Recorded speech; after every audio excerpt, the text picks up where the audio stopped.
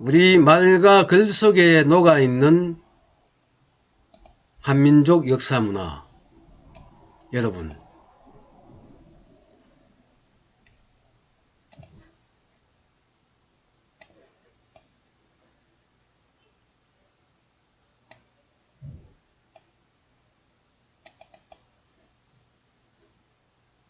우리 말과 글 속에 녹아있는 한민족 역사문화. 오랑캐의 어원과 뜻을 아시나요? 우리나라에서 자주 사용하는 단어로 오랑캐란 말이 있다. 북방 여진족부터 외구, 심지어 병인양요와 신미양요 때 교전한 프랑스와 미국도 서양 오랑캐로 불렀다. 우리나라를 침공했던 모든 외적을 통칭하는 말이 오랑캐이다. 국립국어원 표준국어 대사전에는 예전에 두만강 일대의 만주 지방에 살던 여진족을 멸시하여 이르던 말로 또는 이 민족을 낮잡아 이르는 말이라 나와 있고, 1447년 쓰인 용비어천가에도 출전할 정도로 오래 전부터 써온 단어로 알려져 있다. 오랑캐란 말은 13세기 몽골이 세계를 정복했던 시절 몽골족이 쓰던 우량카이, 우리언테트, 한국 한자, 올량합, 페르시아어, 우리잉테트 란 말에서 비롯됐기 때문이다. 중세 몽골 고원 유목민들이 쓰던 이 우량카이란 말은 삼림지대, 즉 숲에 사는 사람들이란 의미로 알타이 우량카이, 투바인, 야쿠트인 등의 삼림민들을 가리키던 말이다. 북몽골 삼림지역 일대 살아가던 몽골 퉁구스계 수렴민족을 통칭해서 부르던 말로서 오늘날 러시아 연방 내 투바공화국 일대 사는 투바족과 타뉴 우량카이족 등 일부 유목민들을 낮춰 부르던 말로 알려져 있다.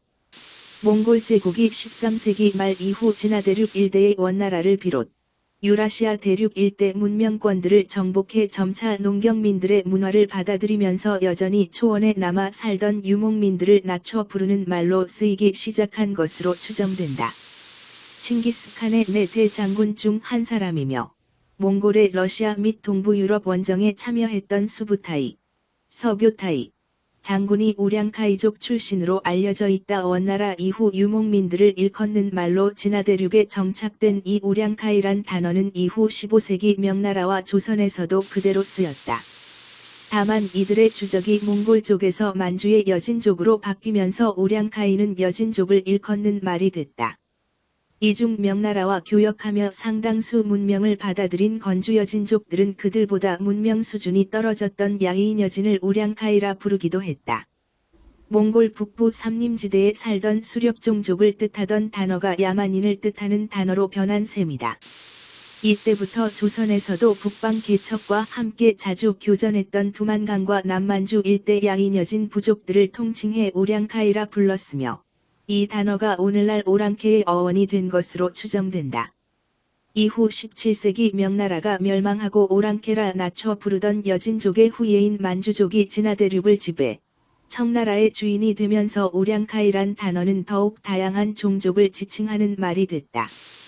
청나라는 1757년 북몽골 일대를 점령하고 이 지역에 우량카이 8기군을 설치했으며, 알타이, 탄무, 켐치크, 살차크, 토주, 후브스굴 등 근방에 살던 유목민족들을 통틀어 우량카이로 묶었다고 한다. 조선에서는 병자호란 이후부터 대체로 만주족을 오랑캐라 칭하게 됐지만 19세기 말 개항기부터는 서구 국가들을 오랑캐라 지칭하기 시작했다. 이처럼 뜻이 광범위한 오랑캐에 비해 진화대륙의 한족들을 낮춰 부르는 비속어로 알려진 되놈의 경우엔 오랑캐보다 좀 더 오래 전에 만들어진 단어로 추정된다. 되는 중세 한국말에서 주로 북쪽을 가리키는 말로 알려져 있으며 오늘날에도 북풍을 지칭하는 우리말인 된바람 등의 그 흔적이 남아있다. 이 말은 11세기 여진족 일파를 일컫던 말인 도이란 말에서 유래된 것으로 알려져 있다. 일본의 역사 기록에도 도이란 단어가 남아있는데 1019년 여진족 일파로 추정되는 해적들이 일본의 큐슈 지역 일대를 약탈했으며 이를 일본사에서 도이의 입구, 도이 입구라 지칭한다. 어원을 따지자면 현대 진화대륙의 주요 종족인 한족이 아니라 만주족과 얽힌 단어지만 오늘날에는 진화대륙 거주인들, 주로 한족 자체를 의미하는 비속어로 정착하게 됐다. 이상의 주장들은 인터넷으로 대중들에게 많이 알려진 오랑캐의 어원으로 살펴본 것이지만 필자는 또 다른 어원을 소개하고자 한다. 오랑캐라는 말은 오랑 대시 5마리 이리, 즉 꼬리 달린 5짐승의 개를 합성시켜 만들어낸 합성어인데, 환웅이 다스리던 대한에 있었던 큰 곰, 승냥이, 늑대, 이리를 토템으로 하는 부족들을 비칭하는 말이다. 환웅황제, 황제헌원, 대한을 건국할 때 치우가 염제를 칭하며 반란을 일으킨 원죄로 호랑이족이 제후국의 처지로 전락하고 보니 신보가 뒤틀린 호랑이족들이 만들어낸 말이다.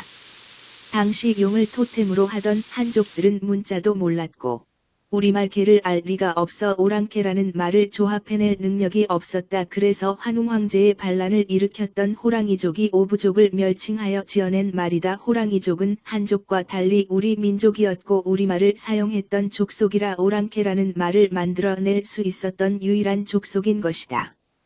여러분들도 단군 사화의 곰과 호랑이를 기억할 것이다.